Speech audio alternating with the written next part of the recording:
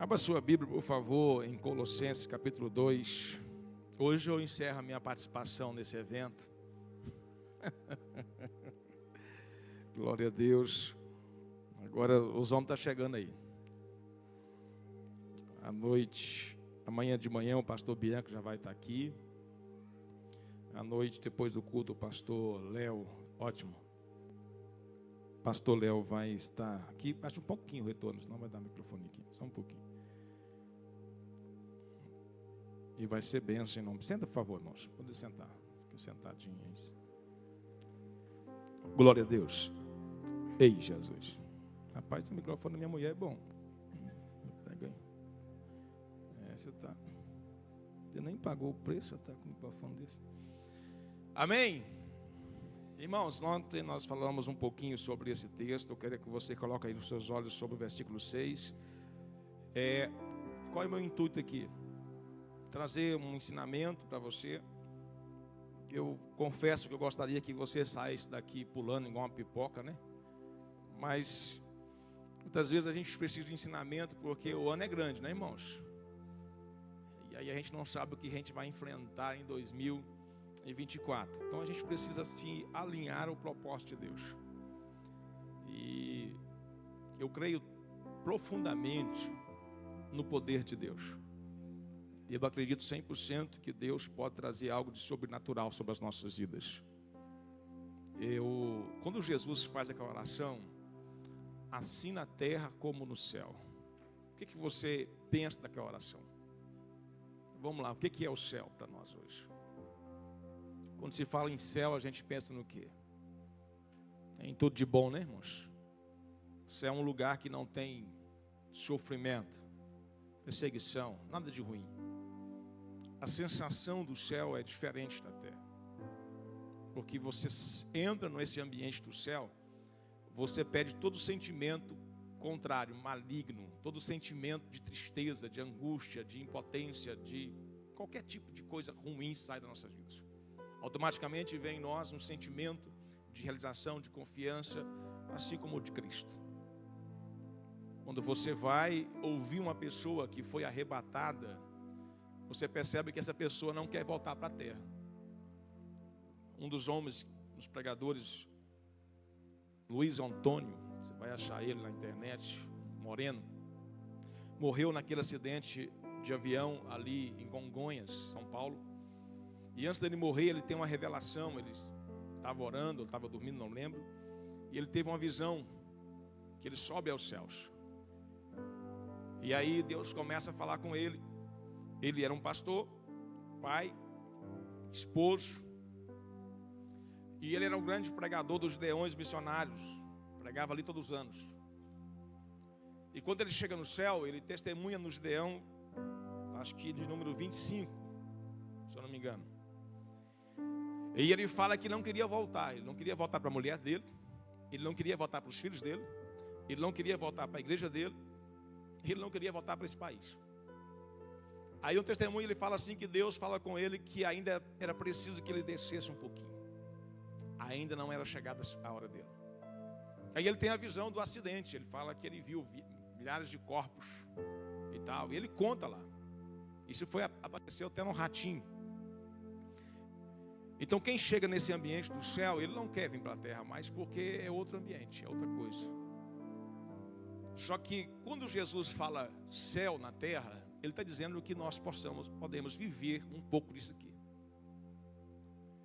Porque quando ele começa a pregar, ele e João Batista falam o quê? O que é que chegou para nós? O reino dos céus. O reino dos céus. A diferença que você tem que entender é que você entra nessa atmosfera espiritual. E essa sensação do seu bem-estar, ela é elevada. Você perde todo o sentimento maligno, de impotência. Porque esse sentimento é maligno, viu, irmãos? Inferioridade, medo. Você vai ver na Bíblia que o Espírito Santo, quando entra na nossa vida, que ele tira todo o medo. Então, quando você entra nesse ambiente espiritual, então a sua mentalidade muda. O seu jeito de agir muda. É lógico que o que vai acontecer é que você agora vai ter à sua volta pessoas. você agora vai entender muita coisa. E você deixa de sofrer por causa de muita coisa. Mas por causa de A, e B, e C, a gente continua sofrendo. Jesus vivia na atmosfera espiritual. Jesus era um homem de oração, de jejum, de consagração. Jesus, em hora nenhuma da sua vida, ele conta um problema dele. Ele sofria por causa do nosso problema, que era o pecado. Ele chora por nós. Ele ora por nós. Ele clama por nós. Por quê? Porque a sua autoconfiança, a graça que estava sobre ele, ele tinha certeza e convicções que ele ia conseguir sair do outro lado. Em momento algum, Jesus retrocede. Mas no túmulo de Lázaro ele chora, não pelo Lázaro. Ele sabia que Lázaro ia ressuscitar. Na entrada de Jerusalém ele chora, porque ele sabia o que viria no futuro sobre Jerusalém. Então o sofrimento de uma pessoa que está em Deus, que vive debaixo dessa dimensão, é por causa das pessoas, porque ela está bem resolvida. Ela não tem medo da dificuldade. Você não vai ver Paulo, Pedro, João, Tiago, essas pessoas chorando por causa de medo de alguma coisa. Ele estava num nível muito alto. Se era para ir para a cadeia, bora para a cadeia. Se era para apanhar, bora apanhar. Se era para levar pedrada, bora levar pedrada. Você não vê ele lutando contra isso. Vocês não vê eles fazendo greve para isso, para sair da cadeia. A Bíblia fala que Paulo e Silas, né? O Eda pregou aqui. Eles, depois de apanhar, foram presos, amarrados na cadeia. E o que eles fizeram? Adorar a Deus. Por quê? Porque a mentalidade dos homens era do céu e não da terra. Eles sabiam por que estavam ali. E a diferença é, a Bíblia vai dizer que quando os discípulos de Jesus começaram a sofrer por causa do Evangelho, o que eles fizeram? Eles se entristeceram ou se alegraram? A Bíblia fala que eles se alegraram. Quando eles começaram a apanhar, a ser apedrejados, as perseguições, vieram sobre eles um sentimento de alegria. Porque agora então eles entendem assim, ó, nós estamos passando o que ele passou. Nós estamos enfrentando o que ele enfrentou. Estamos apanhando por causa dele. E eles glorificavam Deus por isso. Eles exaltavam o Senhor por isso. Porque a mentalidade era espiritual, o ambiente espiritual é céu na terra. O céu se estabelece sobre a sua vida. As ações do céu, as leis do céu, a visão do céu, ela vem sobre você. Então a sua forma de ver a vida é diferente de outra pessoa. Porque agora você está conectado em outra área, em outro ambiente. Apesar de estar aqui embaixo. E aí você vê as pessoas, você sofre porque fulano sofreu, porque o seu filho está sofrendo. Aí você vai ajudar aquela coisa toda. Paulo vai dizer que ele queria ir embora. Mas por causa da igreja, vamos ficar. Nós temos que compreender as coisas do que Deus quer fazer. Então coloca aí os seus olhos, por favor. Vamos lá no versículo 6 que nós lemos ontem. Portanto, já que vocês aceitaram Jesus, ou aceitaram Jesus Cristo, né? Cristo Jesus, como Salvador, vivam unidos com Ele. Nós falamos isso aqui ontem. Essa unidade de estar unido com Cristo. Eu vou te fazer uma pergunta aqui. É fácil? Não. Isso não é fácil. Não é fácil porque é igual eu falei para vocês. Se nós não nos tornarmos espirituais para entender o que é céu, a gente não vai conseguir, porque o céu é contra a terra. O céu é contra a terra. A visão do céu é contra a visão da terra. Não tem como você entrar nesse ambiente tendo uma visão carnal. A palavra vai dizer que um homem carnal não pode discernir o que é espiritual, porque é muito além. Então eu preciso estar unido com Ele. Versículo 7. E esteja, o que, igreja?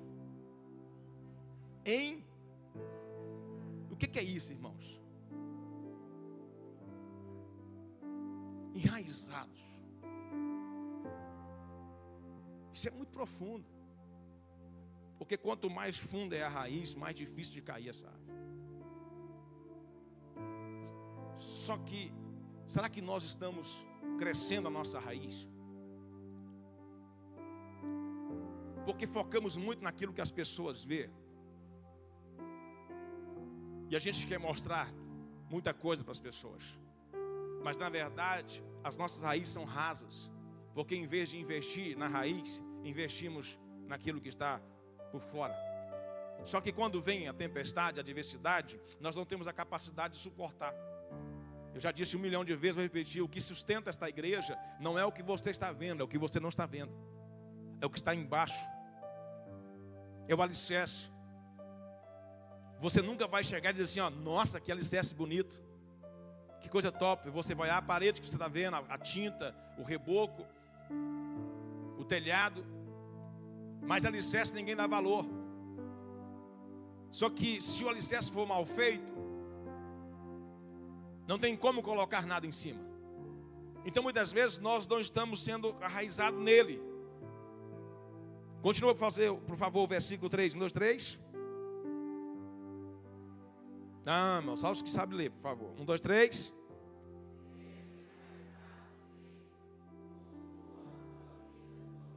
Espera um pouquinho. Quem construiu esse templo não fui eu, porque eu não sou pedreiro. Quem construiu o templo foi o senhor Paulo. Eu chamei ele e nós fechamos com ele. Ele construiu. Tem coisa que são as pessoas que vão construir, tem coisa que é Deus que vai construir, mas tem coisa que é você que constrói. Você tem que entender o versículo. É você que vai construir uma base em Deus. É você que vai fazer as suas raízes afundar. É você. Daqui eu estou dizendo aqui, construa a sua vida. Quer dizer, vida é as suas ações, aquilo que você faz, dia a dia, dia a dia. É o caminho que você decidiu seguir. Tem que ser pautado dentro daquilo que ele falou. E quem vai direcionar isso é você, não sou eu, não é ele. Ele está te pedindo para construir sobre ele. Ele diz assim, que o homem, o sábio, inteligente é aquele que constrói a sua casa sobre a rocha. Mas o tolo constrói sobre a areia. Então nós precisamos entender que eu preciso construir, sou eu, é as minhas ações, é a sua fala. Eu vejo mulher amaldiçoando um esposo.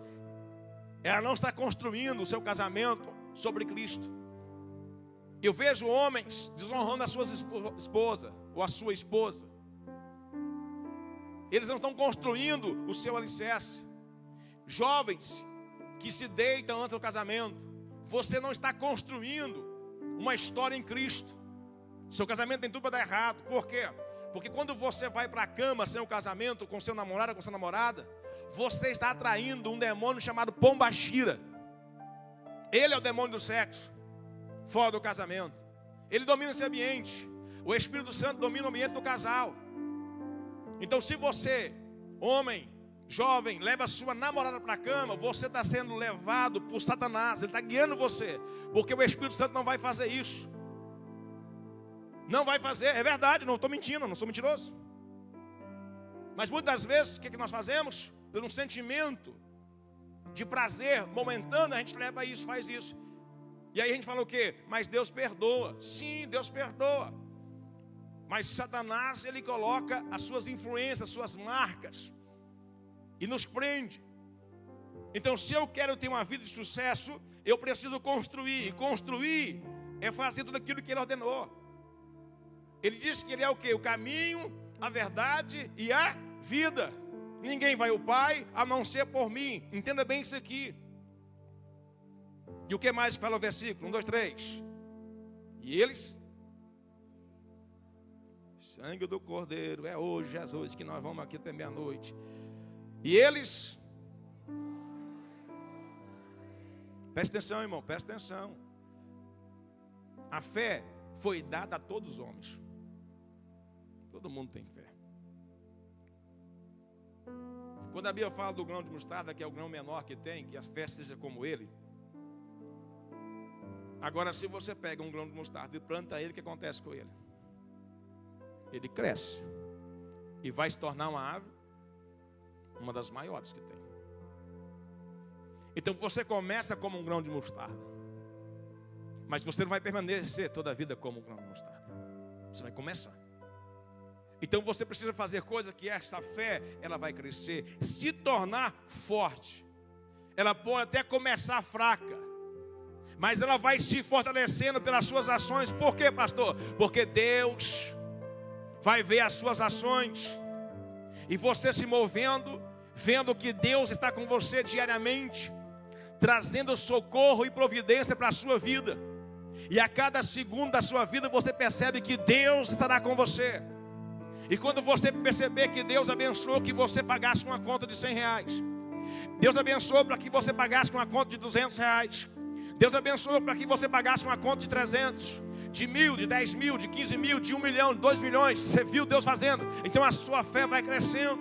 Você viu Deus resolver um problema pequeno no seu casamento, amanhã você vê Deus resolvendo outro problema maior, e outro maior, então a sua fé vai crescendo. Você vê Deus te usando hoje para pregar para 5 pessoas, amanhã você vê Deus te usando para pregar para 10, amanhã você vê Deus te usando para pregar para 20, e amanhã você vê Deus usando você para pregar para 600, para 1.000, para 10.000, para 20.000, para 1 milhão de pessoas. Então a sua fé vai sendo acrescentada, porque a cada dia você percebe Deus agindo na sua vida. Então a sua fé, que era fraca, se tornou forte. Ela cresceu, ela está crescendo, porque você criou um ambiente para que ela crescesse. Você criou um ambiente para que ela pudesse fluir forte. Forte, o que mais? Como foi ensinado a vocês, o apóstolo Paulo já ensinava isso.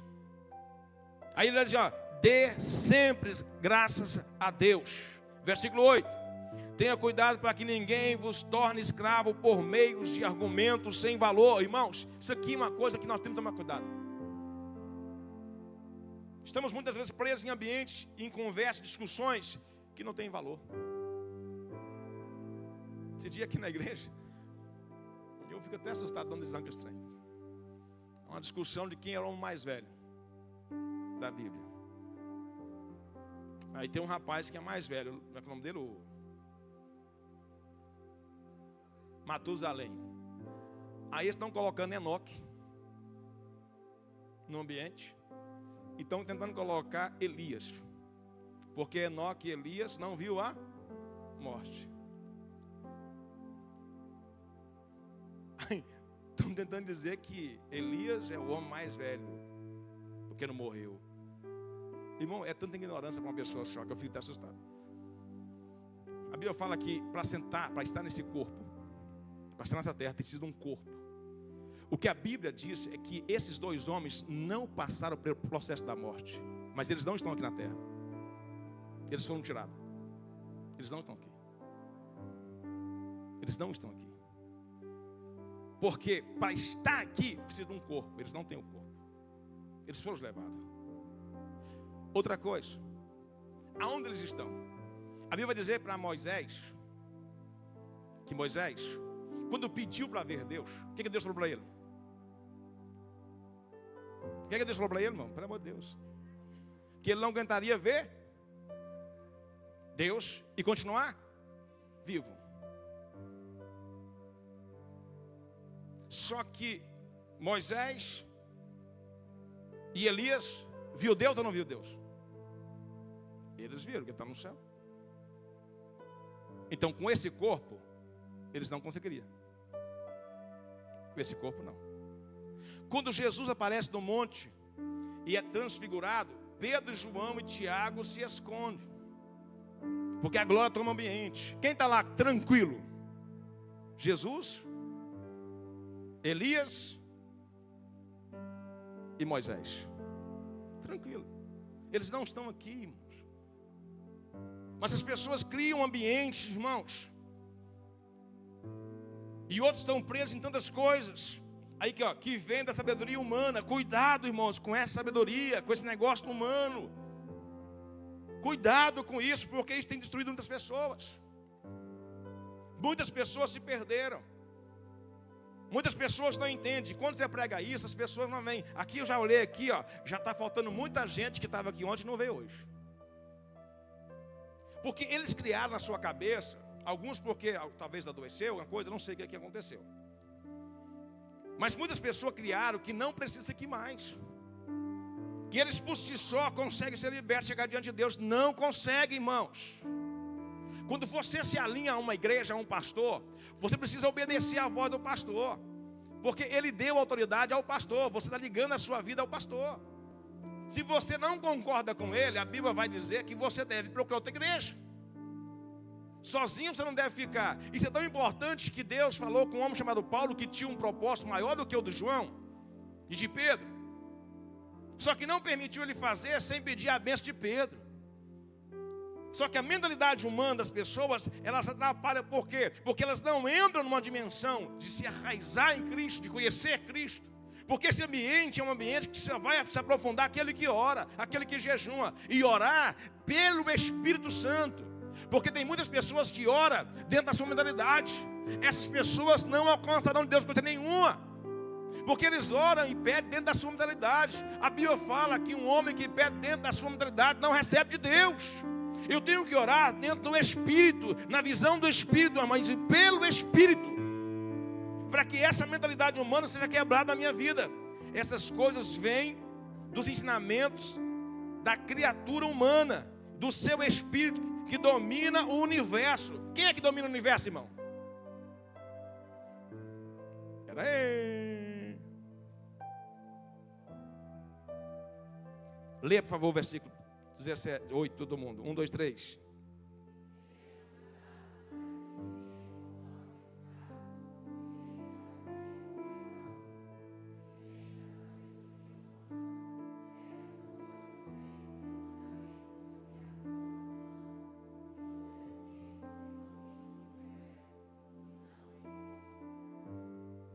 O Espírito está escrito com letra maiúscula ou minúscula.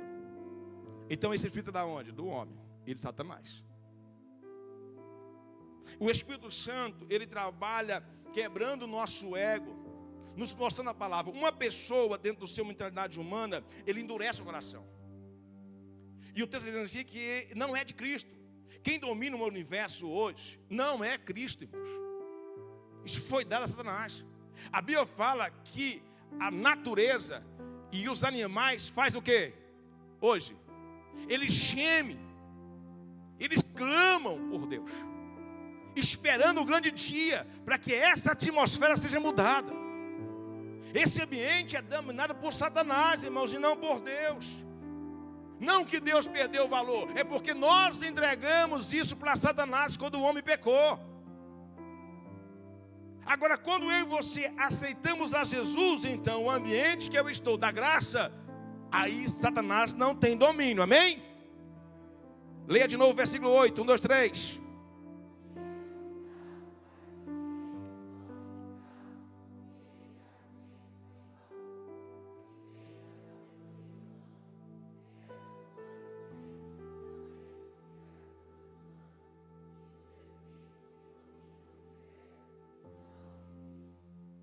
Quantas coisas você já ouviu que está fora da linha?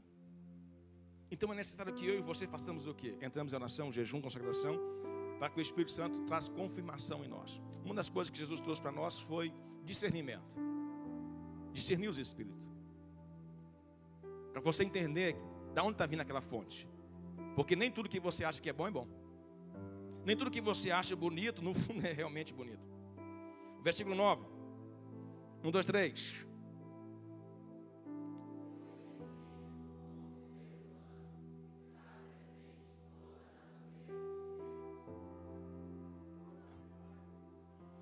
Vamos ler de novo esse versículo? Leia o versículo, não precisa dar glória a Deus, porque não é a hora ainda. Só entenda o que é isso aqui. 1, 2, 3.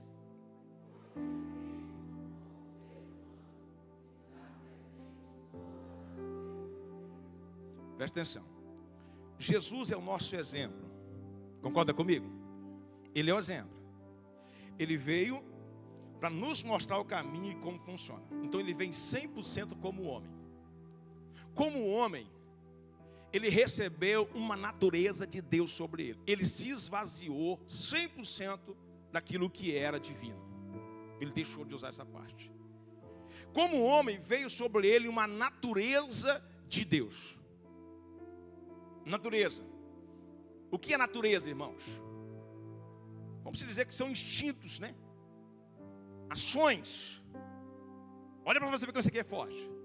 Aí o versículo de número 10 é que está o segredo. 1, 2, 3.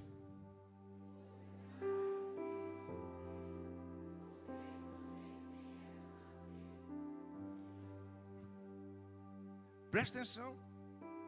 Se eu e você estamos unidos com Cristo, o que nós temos? Os instintos de Deus. Aí eu vou te perguntar: Deus tem um instinto de levar o homem a pecar, a mentir, a prostituir, a enganar, a não orar, a não jejuar, a ser mal? De forma alguma. Porque agora o que opera dentro de você é a natureza de Deus. Mas isso não é difícil de você entender, porque você saiu da onde, igreja? De Deus.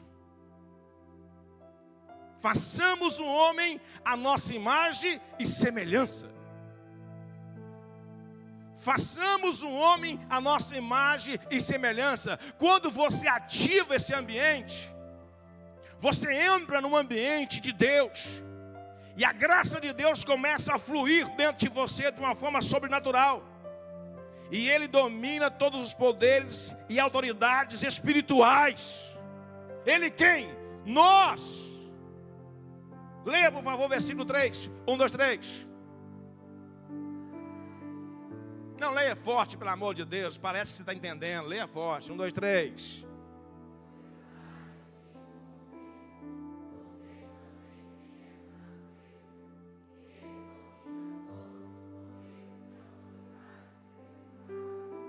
Aleluia! Ele está onde? Ele habita em nós. Deus habita em mim e em você. Deus habita em nós. Através desta virtude, desta unção, deste poder, nenhuma força maligna vai dominar você. Nenhum poder das trevas vai dominar você, irmão. Nada vai dominar você, porque você terá a capacidade de fluir nos ambientes. Você tem visão, revelação do céu. Nada prende você, porque quando vem um problema, a natureza de Deus sobre a sua vida traz a solução. Quando vem uma dificuldade, Deus traz a solução para você. Quando vem um embaraço, Deus traz uma forma de você se tirar aquele embaraço do ambiente. Quando vem uma doença, quando vem um problema, Deus sempre vai trazer a solução. Por quê, igreja? Porque a palavra diz que no mundo de Deus tudo é possível ao que crê. No mundo onde Deus vive, no céu, tudo é possível ao que crê. Mas é preciso entendermos isso. Unidos com Cristo. Sem Cristo, não somos nada. Só que o segredo está na raiz, no conhecimento, no discernimento. Satanás não vai nos enganar. Versículo 11, por favor. Presta atenção. Por estar unido com Cristo, vocês foram circuncidados, não com a circuncisão que é feita no corpo, mas com a circuncisão feita por Cristo, pelo qual somos libertos do poder da natureza pecadora. Nós somos libertos dessa força que leva você a pecar, desse ambiente que leva você a prostituir, que leva você a mentir, a enganar, a queimar as pessoas. Isso vai ser arrancado de você. Por quê? Porque essa natureza é maligna. Então, no momento que você foi circuncidado por Cristo, uma nova essência brotou em você, uma nova graça vai brotar em você. E agora o que vai acontecer? Você não pensa naquilo que é do chão, da terra, você pensa naquilo que é do céu. O seu desejo de pecar foi embora, porque agora você não é mais um homem natural, você é um homem espiritual. Mas a igreja está dormindo nesse ambiente, e estamos sofrendo e sofrendo muito, porque o pecado está nos dominando, porque não entendemos e não compreendemos essas coisas. Por favor, no 3, leia o versículo 11, para que você grave isso no seu coração. 1, 2, 3.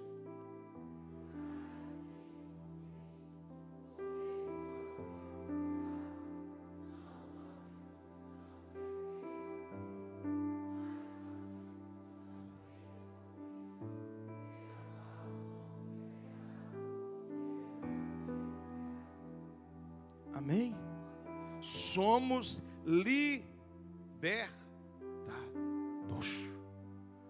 Somos libertos. Não temos mais esse sentimento de querer pecarmos. Quem é que faz essa circuncisão? Cristo. O próprio Cristo. O próprio Cristo. E aí Paulo vai dizer que agora é no coração. É no sentimento. Coração é sentimento. Há uma marca de Deus lá dentro. Há um ambiente que Deus marcou e entrou ali nas nossas vidas. Versículo 12. Pois quando vocês foram batizados, foram sepultados com Cristo. E no batismo também foram ressuscitados com Ele, por meio da fé que vocês têm no grande poder de Deus. O mesmo Deus que ressuscitou Cristo. Antigamente, o mesmo Deus que ressuscitou Cristo. Então, quando você batiza, automaticamente você morre para o mundo, para o pecado. Aquele homem natural foi embora. Aquele homem natural acabou. Agora você começa a viver uma vida nova. Por isso que o batismo simboliza a morte. E quando você sai, simboliza vida, uma nova vida. E esta vida agora é arraizada dentro de Cristo, aonde Ele traz em você. Agora eu vou te fazer uma pergunta aqui bem simples. Não é natural o maior dominar o menor? Não é natural? Quando você vai tirar a escola, na escola do carteiro de habilitação, o que você aprende lá? Quem é que tem mais poder no trânsito ali de obedecer às normas? Porque se tem um pedestre, quem é que é responsável por ele? O cara que está no carro, tem que tomar cuidado.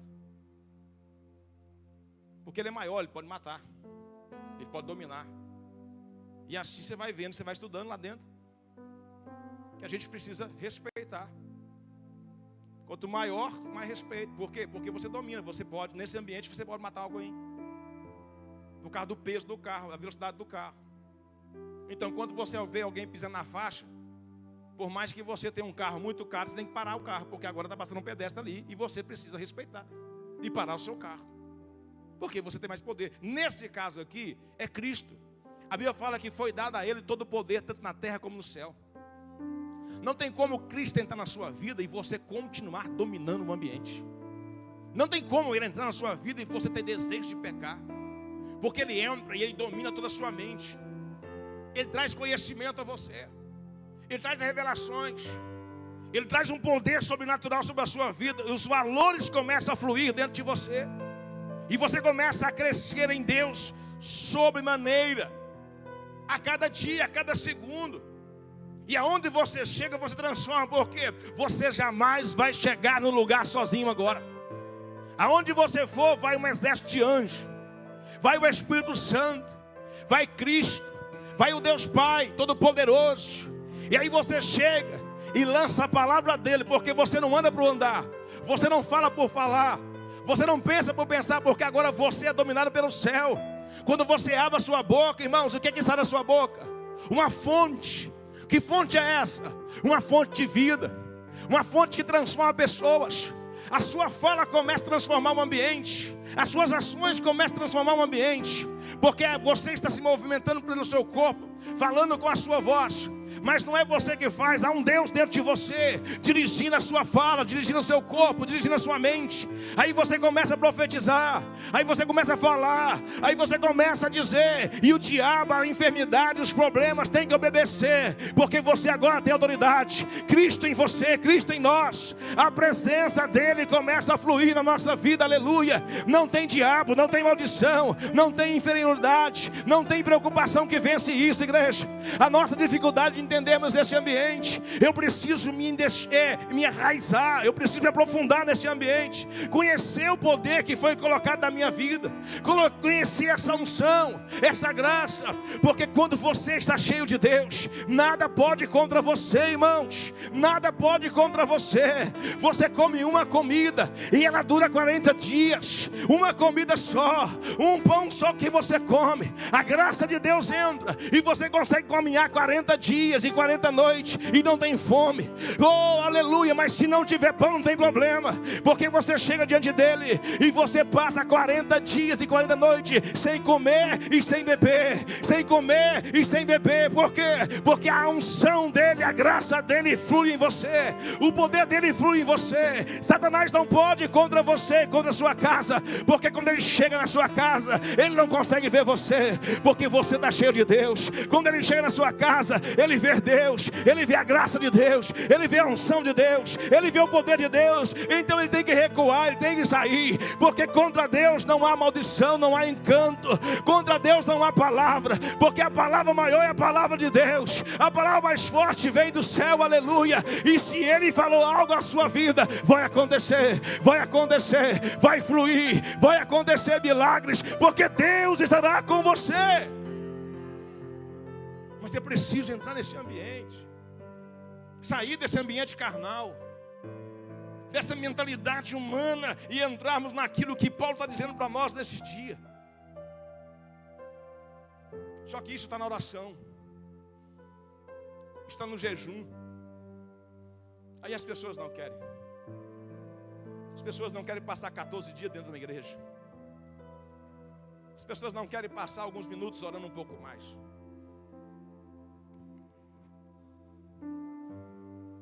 As pessoas não querem, porque, pastor, para que pregar desse tanto? É a coisa que eu mais escuto. Por que pregar desse tanto, pastor? É para ver se você entende. A Bíblia fala assim: não se apresse para sair da presença de Deus. Deus nunca fez algo correndo. Há um processo, há um tempo. Quem ora pouco nunca vai ver o milagre de Deus, porque a oração é um ambiente. Primeiro você precisa quebrar o ambiente que você está.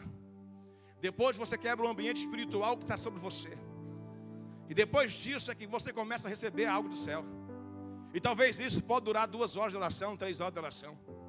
Mas nós muitas das vezes não temos medo de passar 2 horas de oração, porque a gente acha que isso não é importante. A gente não quer criar raiz. E aí a gente começa a sofrer. E a gente se torna escravos. Aonde nós nascemos para ser livres. E aí, em vez de nós dominarmos o ambiente nos domina. Aí, em vez de nós botarmos o negócio para fluir, é um negócio que coloca nós para fluirmos ou para correr. Em vez de nós influenciar, somos influenciados. Em vez de nós atacar, somos atacados. Em vez de nós falar, calamos. Em vez de nós transformar, somos transformados pelo mundo. Porque não temos intimidade com aquilo que Deus quer fazer através de nós. Eu preguei aqui a última vez, sem ser ontem, falando sobre a graça de Cristo, que o Espírito Santo em nós, Ele é a nossa garantia, que Ele nos fez livres. O Espírito Santo é a garantia. Igreja, Deus nunca perdeu uma batalha. Deus nunca perdeu, Deus nunca empatou. Nós estamos dentro de um propósito de Deus, de um plano de Deus. O arrebatamento vai vir, mas queira você ou não, vai acontecer o arrebatamento, porque é um propósito de Deus. É uma promessa dele. Nós estamos dentro dessa promessa, então vai acontecer milagres. Haverá um avivamento sobre este país. Haverá um avivamento sobre este país. Queira você ou não, vai acontecer um avivamento nesse mundo ainda. E a Bíblia fala que será o último avivamento que vai acontecer. Mas é preciso se aprofundar, é preciso entender, é preciso permitir Ele agir em nós. Porque a nossa natureza humana é dura. E quanto mais você busca conhecimento humano e não busca de Deus, mais essa natureza se domina. Porque em vez de passarmos tempo em oração, passamos tempo só estudando, mas não oramos, não buscamos. Coloque o versículo 13, por favor. 1, 2, 3.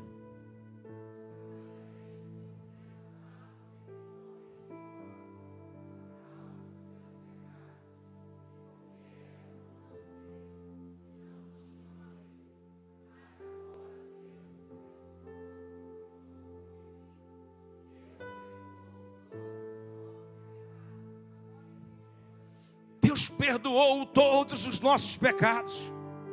Aquilo que nos levava a sermos desobedientes, a não sermos espirituais, a não entender a cruz, a não entender Cristo, era o pecado. Porque a Bíblia vai dizer que o homem natural não pode discernir o que é espiritual. Mas Cristo, através da sua morte e a sua ressurreição, nos fez espirituais. Por quê? Porque Ele perdoou os nossos pecados. Aquilo que nos separava deste ambiente espiritual foi tirado de nós. Agora eu e você temos acesso. Se Ele te perdoou, e eu creio que Ele te perdoou, você pode ter acesso a esse ambiente, a esta graça, a esta unção, a esta visão, a este poder.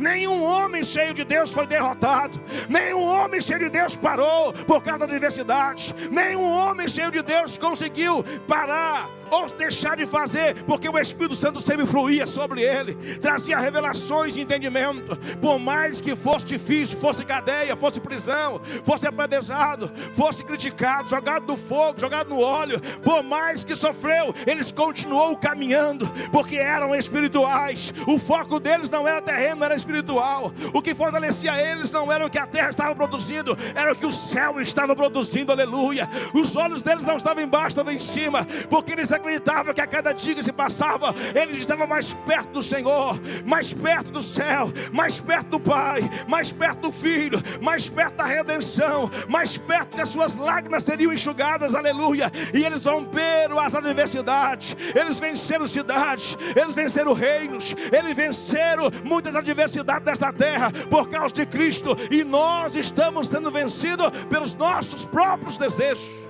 porque nós nos tornamos espirituais, porque não queremos orar e jejuar, porque 14 dias de culto é muito pesado para nós. Pesado é ir para o inferno, meu filho. Pesado é a maldição. Pesado é ver o filho no mundo nas drogas. Pesado é ver o casamento acabar. Pesado é ver as dívidas acumular na sua casa. Pesado é as depressões deste mundo. Pesado é as aflições deste mundo sobre as nossas vidas. Pesado é a tristeza que bate e muitas vezes não sai do nosso coração. Pesado é você ver o seu esposo, a sua esposa indo embora. Pesado é saber que ele te traiu ou ela te traiu. Isso aqui não é pesado não, sabe por quê? Porque Jesus disse que o fardo dele é leve, é suave. É pesado porque muitas vezes somos carnais. É pesado porque o nosso foco não é espiritual. É pesado porque nós queremos estar no cinema. Se fosse 12 dias, 14 dias no cinema, assistindo um filme de lançamento top, a gente ia todo dia, levaria pipoca e tudo estava tudo bem. Mas como é para o Senhor, temos dificuldades, sabe por quê? Porque ainda somos carnais. A Bíblia diz: não te apresse para sair da presença do Senhor. Não te apresse para deixar este ambiente. Esse aqui é o melhor lugar. Este aqui é o lugar que seremos transformados, aonde o nosso pecado vai ser perdoado, aonde nós vamos sair do ambiente carnal e entraremos num ambiente espiritual, aonde os nossos olhos verão o Senhor face a face. Esse é o lugar. Essa é a presença que eu e você temos que buscar. Difícil é você morar numa caverna com 7.000 homens.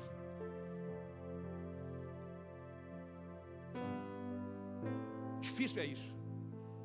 Mas por quê, pastor? Porque uma mulher queria matá-los. Mas o que eles fizeram contra essa mulher? Nada. Eles simplesmente decidiram não ceder, não tirar o Senhor Deus de Israel do centro, não deixar Deus e se prostrar diante de Baal. E por causa disso eles foram tirados da sociedade. Eles foram tirados do ambiente que estavam. Tiveram que se esconder nas cavernas, se amoitar nas cavernas durante muitos anos. Um homem levava pão para eles. Eles não comiam o que queriam. A comida era simplesmente repartida, porque era pouca. Mas ficaram ali, presos, sem liberdade, sem sair. Porque se ele saísse e as pessoas descobrissem, levariam o seu nome àquela mulher, e ela vinha sobre eles e matavam, se eles não negassem o Senhor. Isso é sofrimento. Mas para eles era unção, era graça, era o prazer de estar ali por causa de Cristo. Sofrimento por causa do Evangelho. 14 dias na igreja. Ah, pastor, é difícil. Não é difícil. Difícil é o que os homens de Deus passaram, como um homem chamado Jeremias, que foi jogado na cisterna, que foi jogado na prisão, que colocaram sobre ele muitas coisas, que bateram nele. Ah, mas só foi um momento. Não foi um momento. Foi 40 anos de sofrimento, 40 anos profetizando e apanhando, 40 anos falando de Deus, as pessoas criticando ele, jogando ele num buraco, numa cisterna, nos ambientes, tirando dele a comida. Ele passou dificuldade, levaram ele à força para um país que ele não queria ir. Isso é difícil, mas para ele não era difícil. Para ele era uma honra servir o Senhor. Para ele era uma honra passar 40 anos pregando a palavra. Sabe quantas pessoas se converteu? Nenhuma pessoa.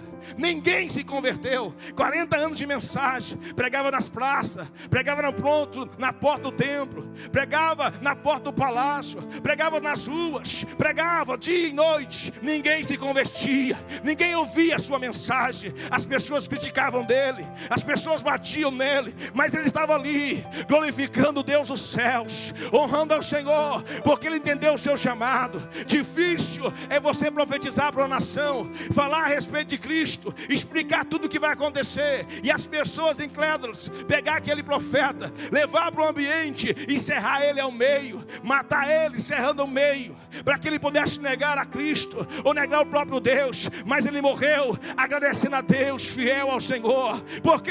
Porque para ele era um privilégio, era uma honra sofrer por causa de Cristo, sofrer por causa do Senhor. Difícil é você deixar sua família, sua casa, ir para um deserto com a sua família, sem saber para onde vai, como vai ser, onde você vai comer, caminhar durante 25 anos, de um canto para o outro, de um lado para o outro, sem ver nada, só deserto, só areia, só sol quente. Mas ali, aonde chegava, fazia um lugar, um ambiente de adoração. A Bíblia fala que ele levantava um holocausto ali, um altar, e oferecia um holocausto ao Senhor. Aonde chegava, fazia uma igreja. Ele não tinha pessoas para estar com ele, era sozinho, não tinha filhos ainda, era só tinha promessa, só a promessa. Mas ele glorificou o Senhor, se tornou nosso Pai na fé, porque creu sem ver, acreditou no poder do Senhor. Sofreu 25 anos, foi perseguido, foi criticado, mas não abandonou a fé, continuou firme, crendo na promessa. Ele viu esse dia, ele viu Cristo, ele viu tudo, mas não participou disso aqui. Mas mesmo assim não negou o Senhor. Para ele não era peso, era uma honra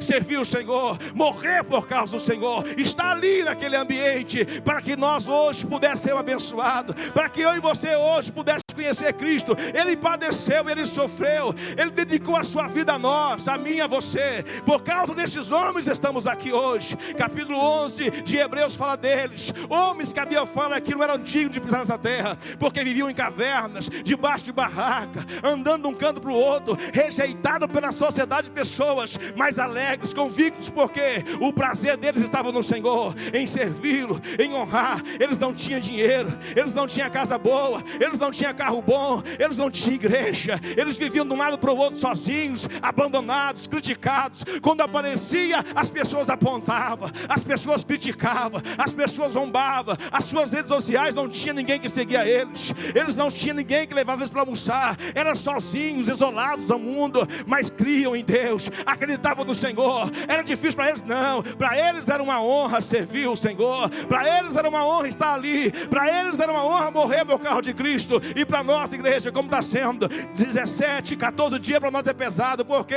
Porque o nosso endereço não é aqui. Queremos vir aqui como se fosse aqui um supermercado, pegar a nossa bênção e ir embora. Não, não é assim que funciona. Para você entrar neste mundo, precisa criar raiz. Para criar raiz tem que descer, tem que pregar lá embaixo, tem que orar mais, tem que descer mais, tem que chorar mais, tem que jejuar mais, tem que ler mais. Porque quando ele vê que você quer descer, aí ele vai te levantar. Se você descer, ele te levanta. Se você descer, ele te exalta. A Bíblia diz que aqueles que se abaixam, aqueles que se humilham, Deus exalta. Então eu e você precisamos descer em 2024 para que ele possa nos levantar.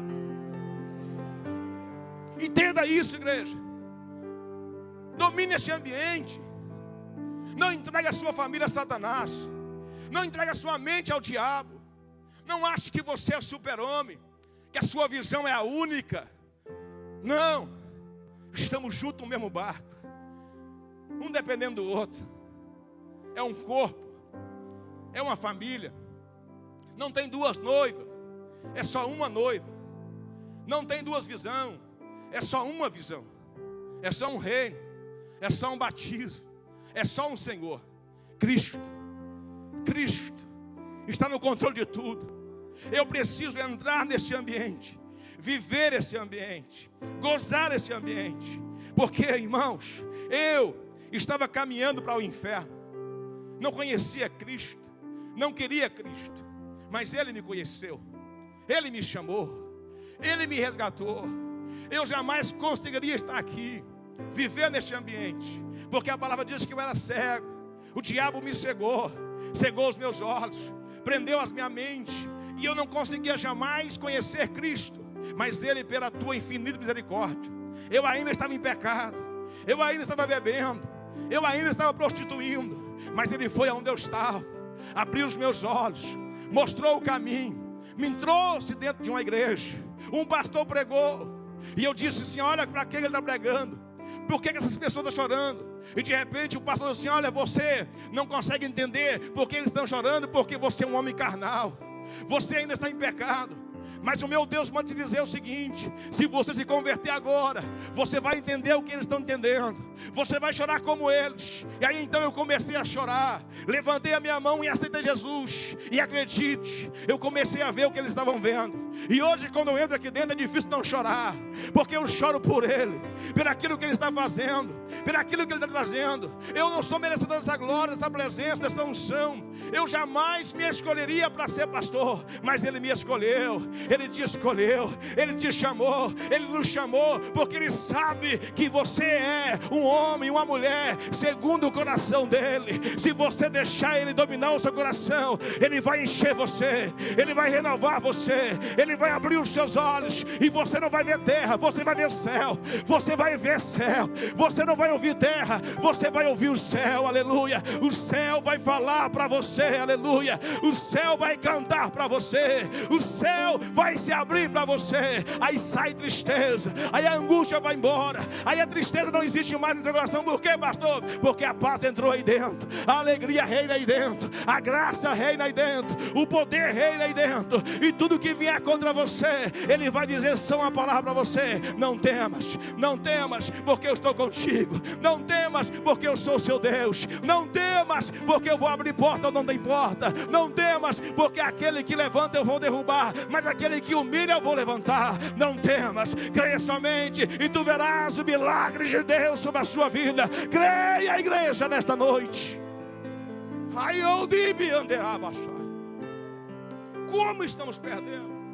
Como nós estamos perdendo essa oportunidade que estamos tendo? Não adianta você vir aqui, para ter intimidade tem que criar raiz. Aí eu gostaria que você lembrasse de um homem chamado Jó. Ei, homem que Deus é testemunho para o diabo. O diabo chegou disfarçadamente numa reunião onde Deus estava com os seus. E de repente o Senhor percebeu que o diabo estava ali. E faz uma pergunta: de onde você vem?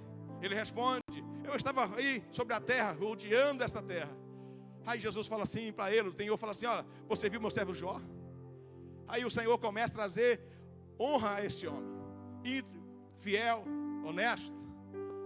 Você viu Satanás como é acusador? Ele disse: olha, mas também com tudo que ele tem, com a riqueza, com o nome, se ele fosse um qualquer, se ele não tivesse nada, jamais ia adorar o seu nome. O Senhor olhou para ele e disse: vai lá, Satanás, tira tudo que ele tem, vai. Só tem uma coisa: não toca na vida dele. A Bíblia fala que Satanás desceu, e no mesmo dia tirou tudo que Jó tinha. Jó perdeu tudo. Perdeu as suas ovelhas, perdeu os seus camelos, perdeu as suas plantações, perdeu os seus empregados, perdeu tudo que tinha. O último foi os 10 filhos. A Bíblia fala que eles estavam numa festa, o filho mais velho, e de repente veio um vento e derrubou a casa sobre os filhos. Todos morreram. Só uma pessoa sobrou. E essa pessoa chegou até Jó. Quando Jó estava agoniado porque tinha perdido todo o seu dinheiro, todos os seus bens, seus escravos. E de repente a última pessoa chega: Jó, eu tenho ainda uma má notícia para você. Os seus filhos morreram. Veio um vento. Eles estavam reunidos num certo lugar, na casa do filho mais velho. E de repente bateu-se um vento e a casa caiu. E não escapou ninguém, a não ser eu, que vinha aqui trazer essa notícia. Aí a Bíblia fala que Jó então foi para casa, rapou sua cabeça, tirou seus cabelos, rasgou as suas vestes, caiu em cima de um ambiente de cinza, se humilhando diante de Deus. E ele grita bem forte: nu eu saí do ventre da minha mãe, nu eu tornaria a voltar. Deus me deu, Deus tomou. Louvado seja o nome do Senhor. E ele exalta a Deus. Satanás fica enfurecido. E mais uma vez ele comparece diante de Deus. Aí Deus fala: e aí, você viu? Aí ele fala: mas também com a saúde de ferro que aquele homem tem, eu nunca vi ninguém tão sadio. Aí o Senhor fala: pode ir, toca na saúde dele, mas tem uma coisa, não tire a vida. A Bíblia fala que Satanás desceu, e todo tipo de imundícia, de doença, Satanás colocou sobre aquele homem, de uma forma tão grande, que afetou todo o seu corpo. E a Bíblia vai dizer que quando Jó conversava, o fedor exalava no ambiente, porque ele estava muito infeccionado, o seu corpo inchado, pus saindo, feridas em todo o seu corpo, a sua boca toda ferida, a sua língua cheia de ferida. E quando ele conversava, o fedor vinha. A mulher encostou e disse: Jó, amaldiçoa esse Deus e morre. E a Bíblia fala que ele diz assim: olha, tu fala como uma louca, jamais. E ele continua o processo. 3 amigos aparecem para Jó, e a Bíblia fala que quando eles veem a situação de Jó, eles não têm coragem de conversar com ele. Eles se prostram no chão, passam 7 dias calados, 7 dias sem ninguém abrir a boca. E quando eles começam a abrir a boca, eles começam a caçar pecado em Jó, acusar Jó. E aí Jó vai se defendendo. Só que eu queria que você entendesse uma coisa: Deus deu testemunho de Jó. Jó era um homem que fazia tudo para Deus, mas Jó não tinha experiência íntima com Deus. Jó não conhecia Deus de uma forma profunda. Jó não tinha as raízes em Deus, apesar de ser um homem fiel. Porque você vai perceber que Jó, nas suas conversas, ele leva algumas coisas e ele pede para Deus criar um ambiente de um juiz, para que ele fosse julgado, e ele começa a conversar. E aí ele vai até o capítulo 38. No capítulo 38, a Bíblia vai dizer que Deus desce para conversar com Jó. E aí Deus começa a fazer pergunta para ele: Jó, onde você estava quando eu coloquei o alicerce da terra? Como eu firmei as estrelas do céu? Quando eu coloquei o seu nome? O Senhor sabe que eu conheço, Jó, todas as estrelas, e eu chamo uma por uma pelo nome, Jó.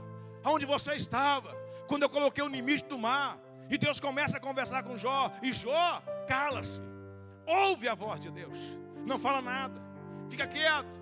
E Deus vai falando, e Deus vai falando sobre animal, sobre isso, sobre aquilo. E Jó vai escutando, e Jó vai escutando aqui, escuta ali.